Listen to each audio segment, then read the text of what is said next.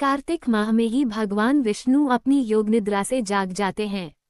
इस माह में दीपदान, स्नान, विष्णु पूजा और तुलसी पूजा का खास महत्व होता है। कार्तिक मास की कथा। एक नगर में एक ब्राह्मण दंपत्ति रहते थे। वे दोनों प्रतिदिन 7 कोस दूर गंगा और यमुना नदी में स्नान करने जाते थे। इतनी दूर आने जाने से ब्राह्मण की पत्नी थक जाती थी। एक दिन उसने अपने पति से कहा कि हमारा एक पुत्र होता तो कितना अच्छा रहता। पुत्र के बहू आती तो हमें घर वापस जाने पर खाना बना हुआ मिलता और बहू घर का काम भी कर देती। अपनी पत्नी की बात सुनकर ब्राह्मण ने कहा कि तूने बात तो सही कही है, चल मैं तेरे लिए बहू ला ही देता हूँ। ब्राह्मण ने कहा कि एक पोटली में आटा डालकर कुछ मोहरे रख दे। ब्राह्मण के कहे अनुसार उसने पोटली बांधकर दे दी। पोटली लेकर ब्राह्मण चला गया। ब्राह्मण सफर के दौरान यमुना के किनारे बहुत ही सुंदर लड़कियां दिखाई दी। वे रेत में घर बनाकर खेल रही थी। उनमें से एक लड़की ने कहा कि मैं अपना घर नहीं बिगाड़ूंगी, मुझे तो रहने के लिए ये घर चाहिए। लड़की की बात सुनकर ब्राह्मण मन ही मन सोचने लगा कि बहू बनाने के लिए यही लड़की उचित है। जब वो लड़की जाने लगी तो ब्राह्मण भी उसके पीछे पीछे उसके घर तक चला गया।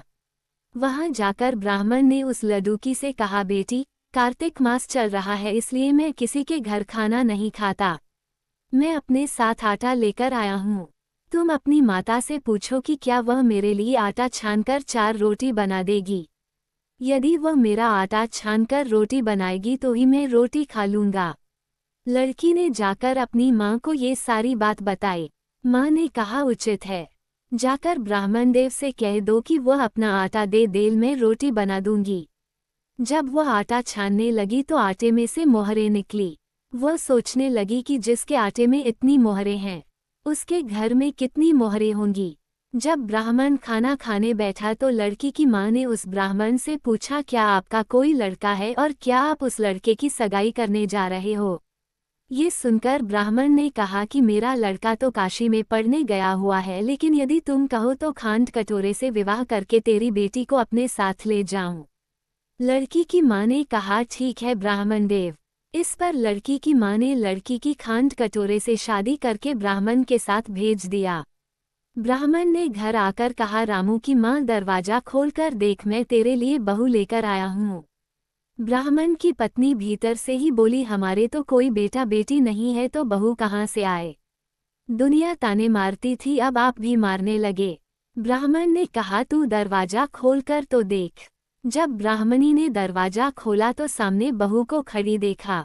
उसने बहू का स्वागत किया और आदर सत्कार से अंदर ले गई। अब जब ब्राह्मण अपनी पत्नी के साथ नदी स्नान करने जाता तो पीछे से बहू घर का सारा काम करके और खाना बनाकर रखती थी। वो उनके कपड़े धोती और रात को हाथ पैर भी दबाती थी।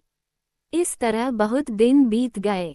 ब्राह्मणी ने अपनी बहू से कहा कि बहू, कभी भी चूल्हे की आग मत बुझने देना और मटके का पानी खत्म मत होने देना। परंतु एक दिन चूल्हे की आग बुझ गई। ये देखकर बहू घबरा गई और भागी भागी अपनी पड़ोसन के पास गई और कहा कि मेरे चूल्हे की आग बुझ गई है, मुझे थोड़ी आग चाहिए। मेरे सास ससुर सुबह 5 बजे से गए हुए हैं। वह थके हुए घर आएंगे, इसलिए मुझे उनके लिए खाना बनाना है। ये सुनकर पड़ोसन ने कहा कि तू तो बावली है, तुझे ये दोनों मिलकर पागल बना रहे हैं।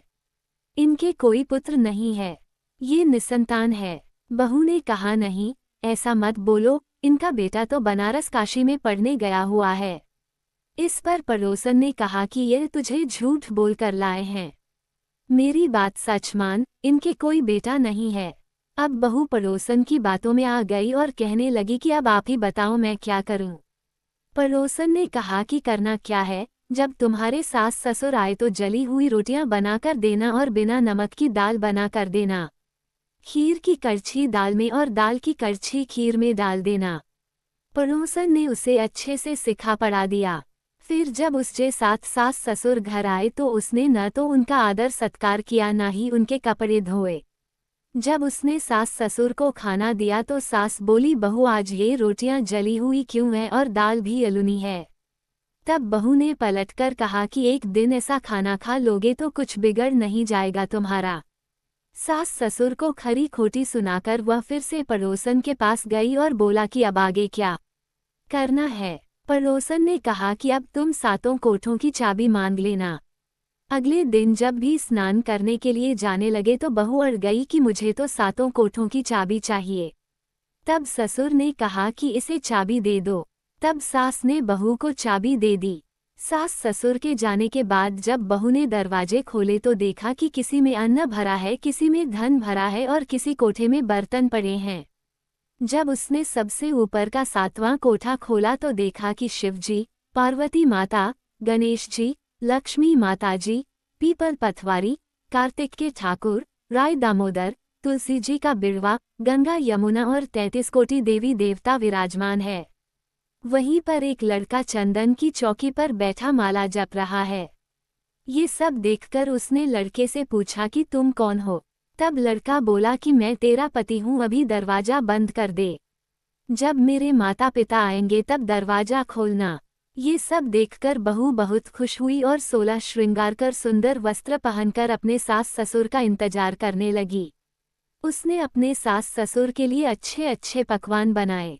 जब उसके सास ससुर घर पर आए तो उसने उनका आदर सत्कार किया और प्रेमपूर्वक खाना खिलाया और हाथ पैर दबाने लगी। पैर दबाते दबाते बहू ने कहा कि माँ, आप इतनी दूर गंगा यमुना स्नान करने के लिए जाती हो तो आप थक जाती हो, इसलिए आप घर पर ही स्नान क्यों नहीं करती हो। ये सुनकर सास कहने लगी कि बेटी, गंगा यमुना घर पर तो नहीं बहती है। तब उसने कहा, हाँ माँ जी बहती है, चलो मैं आपको दिखाती हूँ। जब बहू ने सातवां कोठा खोलकर दिखाया तो उसमें शिवजी, पार्वती जी, गणेश जी, लक्ष्मी जी, पीपल पथवारी, कार्तिक के ठाकुर, राय दामोदर, तुलसी जी का बिड़वा, गंगा यमुना बह रही है और 33 कोटि देवी देवता विराजमान है। वही चौकी पर बैठा एक लड़का माला जप रहा है। माँ ने उसे देखकर कहा कि बेटा तू कौन है। लड़का बोला, माँ मैं तेरा बेटा हूँ। तब ब्राह्मणी ने पूछा कि तू कहाँ से आया है। लड़के ने जवाब दिया कि मुझे कार्तिकेय ने भेजा है। माँ ने कहा, बेटा ये संसार कैसे मानेगा कि तू मेरा बेटा है। माँ ने कुछ विद्वान पंडितों से मदद मांगी। पंडितों ने कहा, इस पार बहू बेटा खड़े हो जाएं और उस पार माँ खड़ी हो जाए। माँ ने चमड़े की अंगिया पहनी हो और छाती में से दूध की धार निकलकर बेटे की दाढ़ी मूछ भीगे और पवन पानी से गठजोड़ा बंधे, तब मानेगे कि यह इस माँ का ही बेटा है। उसने ऐसा ही किया। चमड़े की अंगिया फट गई और छाती में से दूध की धार निकलकर बेटे की दाढ़ी मूछ भीग गई। पवन पानी से बहू बेटे का गठजोड़ बंध गया। ये सब देखकर ब्राह्मण और उसकी पत्नी की खुशी का ठिकाना ना रहा। तो ये थी कार्तिक मास की कथा। हे कार्तिक के ठाकुर, जैसे ब्राह्मण और ब्राह्मणी को बहू बेटा दिया वैसे सबको देना।